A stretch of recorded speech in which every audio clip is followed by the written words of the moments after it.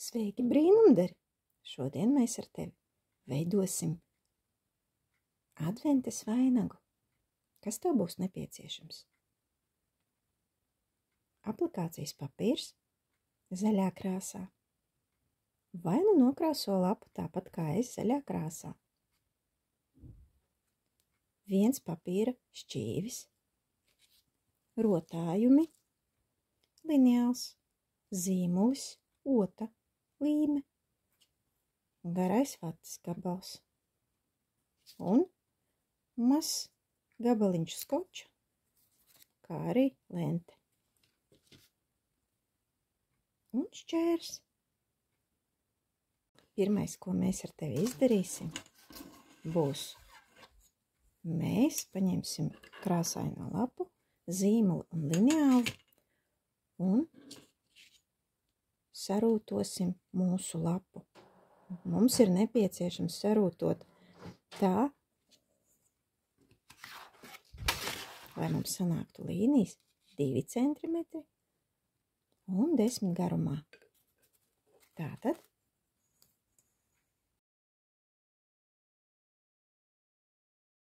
reiz 2, un tev sanāk 30 gabali. Kas ir jādara tālāk? Tālāk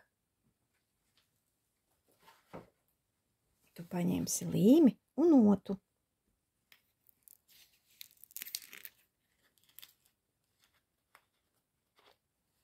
Sagatavo līmi un otu.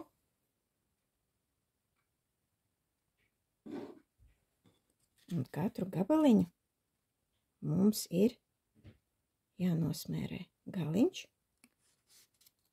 un jāsalīmē kopā paturi. Redzi, kāds sanāca? Tikai galiņi. Vai tu zini, ka vainagi ne uzreiz kļuva par Ziemassvētku simbolu? Senajos laikos cilvēki rotāja galvu ar lauru vainagiem. Grieķijā tos piešķīra izciliem dzejniekiem, sportistiem, rakstniekiem. Vainagus nēsāja garīdznieki dievkalpojumu laikā un jaunlaulātie kāzu laikā. Skaties atkal, nosmērēju galiņu un pieturu atkal.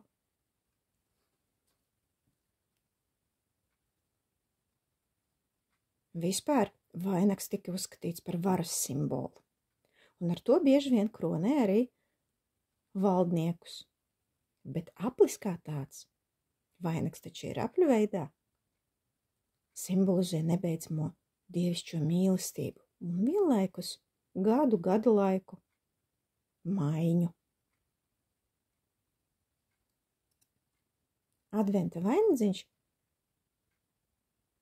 no sākuma bija savādāks nekā mēs tagad zinām, bet par to vēlāk.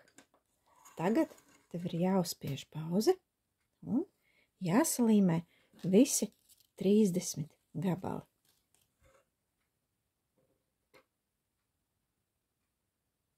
Lūk, ir visi mani 30 gabali. Ko mēs darīsim tālāk? Tagad tev būs jāpaņem papīra šķīvis un jāizgriež viducītis.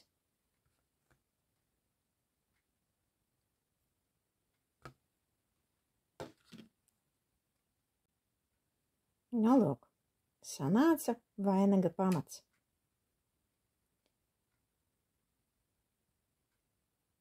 Tagad mēs ar tevi veidosim tālāk.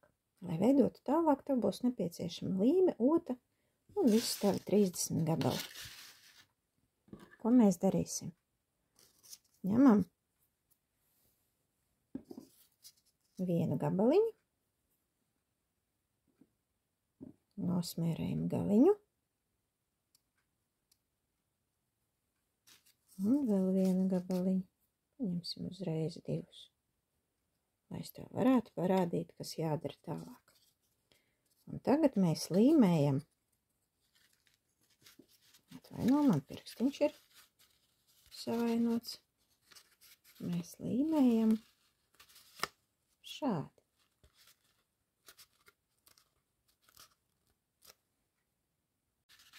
Tātad, tu redzi, slīpi vienu un otru, bet trešo pielīmēsim pa vidu.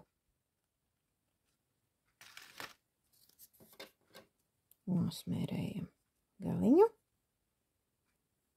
kārtīgi. Šeit es lietoju šķidro līmi, jo ar to vieglāk ir pielīmēt. Tā.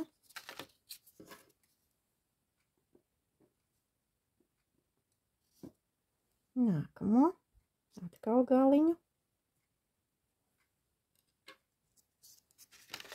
Reku šeit slīpi.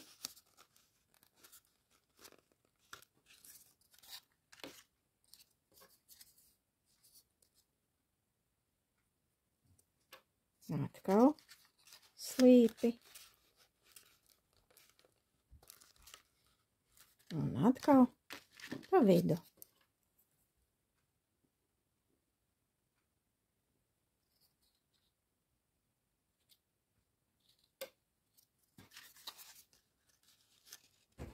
Lūk, tu vari sev sarūtot šādi slīpi, lai tev būtu vieglāk, un šādas rindas tev būs 10.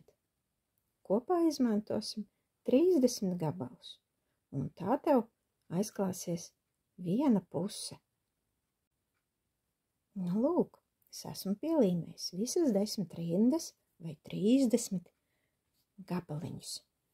Man ir pusvainadziņš. Pārējo pusīti šo mēs nosmērēsim ar līmi. Kamēr mēs to smērējam, es tev izstāstīšu, kā radās adventas vainadziņš. Adventas vainags parādījās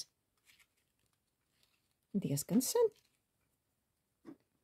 Reiz dzīvoja viens mācītājs, Johans Henriks Viherns. Un viņš audzināja bāriņus. Bērni bieži vien viņam jautāja, kad būs Ziemassvētki. Un tad viņš izdomāja, paņēma ratu riteni. Jā, pirmais vainags nebija no skujām. Viņš paņēma ratu riteni, izveidoja lielu adventas vainagu. Un tas bija ne ar 4 svecēm, kā mēs pazīstam, bet ar 24.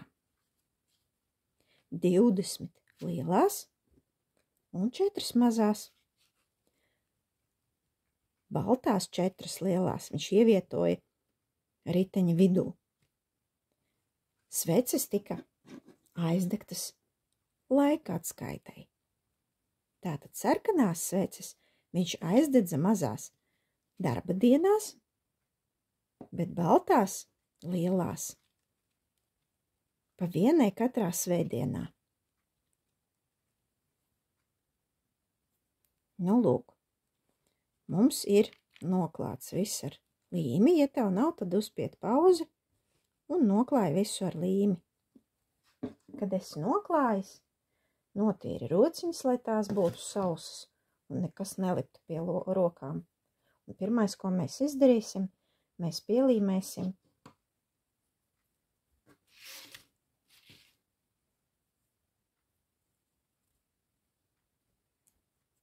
turētāju.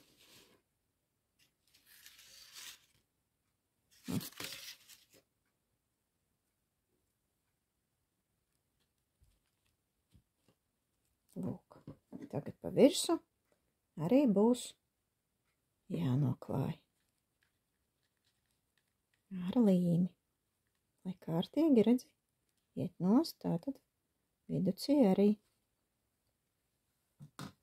Un tagad, kad tev ir sausas rokas, tīras, un nekas nelīp pie rokām, tu vari ņemt rokās vati. Un visā atlikušajā baltajā šķīvī mēs uzlīmēsim vati. Un mums izskatīsies kā sniedziņš. Kad tas ir pielīmēts, to diezgan viegli ir pielīmēt. Kad tas ir pielīmēts, vata skaisti izskatās, tev būs nepieciešami dažādi rotājumi. Man tas ir šāda bantīte un lūk, arī šāda.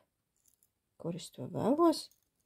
Es to vēlos gan jau šeit. To visu var pielīmēt gan ar parasto līmi, vai nu ar karsto līmi. Un tavs vainadziņš būs gatavs.